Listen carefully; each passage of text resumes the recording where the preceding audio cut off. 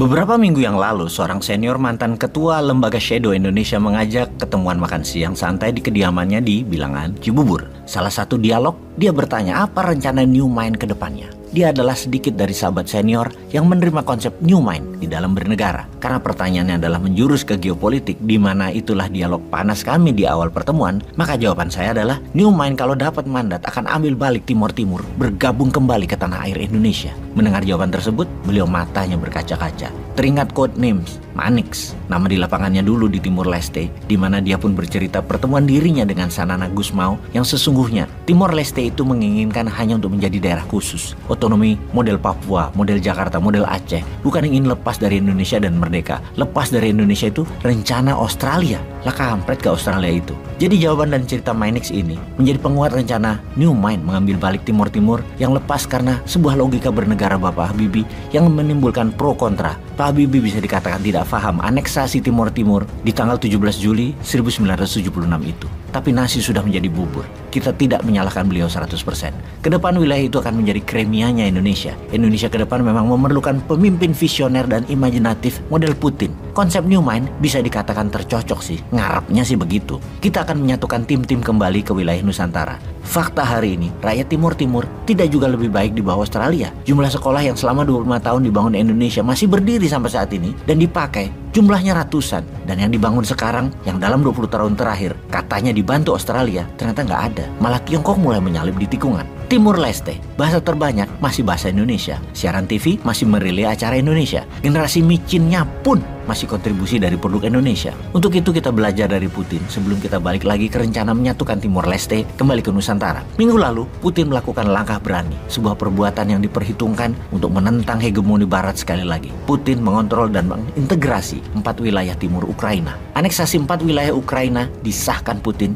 dengan referendum. Bulan lalu, referendum dilakukan di 4 wilayah Ukraina, yaitu di Zaporizhia Selatan, Kherson Selatan, Lugansk Timur, dan Donetsk. Badan Jajak Pendapat Lokal di wilayah Zaporizhia Selatan mengatakan 93% pemilih memilih aneksasi dengan Rusia. Di Kherson Selatan, 87% pemilih juga disebut memilih aneksasi. Di wilayah Lugansk Timur, angkanya mencapai 98%. Sedangkan di Donetsk, Badan Pemungutan Suara mendapatkan 99% setuju. Apa yang dilakukan Ukraina kemudian? Meminta secepatnya agar Ukraina jadi member NATO, agar sah, di mana hal ini penting untuk menjadi senjata legitimasi untuk Barat sekutu untuk menyerang Rusia dan menjadikan Perang Dunia Ketiga tentunya. Sementara minggu lalu Putin menyelenggarakan upacara besar-besaran atas bersatunya 4 wilayah Ukraina ke Rusia. Seremoni itu salah satunya adalah menyerahkan bukti hasil referendum ke Duma, parlemen Rusia, yang akan disahkan oleh Duma, yang kemudian surat pengesahan itu kembali lagi ke Putin dengan status menjadi sah. Keempat wilayah tersebut masuk ke dalam sistem pemerintahannya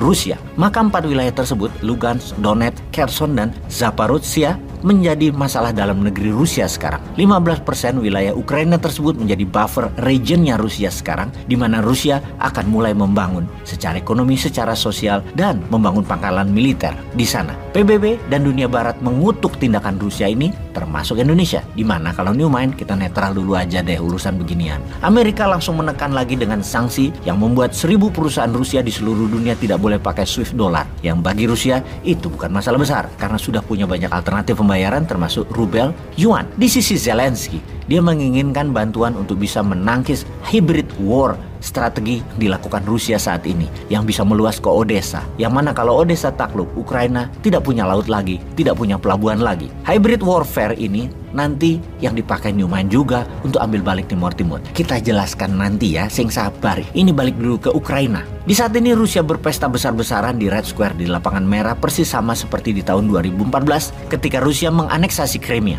Duma, parlemen Rusia sedang membuat adendum karena menambah luasan wilayah Rusia bertambah dengan 4 wilayah baru tersebut. Rusia lagi sukacita. Pertanyaan selanjutnya, akankah perang berkurang intensitasnya atau perang akan menjadi semakin meluas dan skalanya semakin meningkat? Akankah Putin meneruskan perluasan wilayah sampai Odessa atau stop di sini dulu dan membangun benteng pertahanan? Pengamat militer melihat dari sisi Rusia mengatakan Rusia akan mengulangi lagi dalam strategi bernegara mirip ketika menganeksasi Crimea akan stop dan bertahan, kemudian membangun pertahanan dan membangun kehidupan sosial, tidak melebarkan wilayah perangnya lagi. Eskalasi meningkat kalau Barat menyetujui Ukraina jadi member NATO atau menambah senjata ke Ukraina. Baru Ukraina akan melakukan serangan balik ke 4 wilayah yang diambil Rusia tersebut. Agaknya tanpa bantuan Barat dan NATO, terutama Amerika, Ukraina tidak mungkin melakukannya. Tidak ada senjata lagi mereka. Kembali ke Indonesia. Kita dalam 3 tahun ke depan harus mulai masuk dengan para pengusaha masuk dulu ke Timur Leste. Buat ketergantungan produk yang murah ke Timur Leste. Harga barang di Timur 30%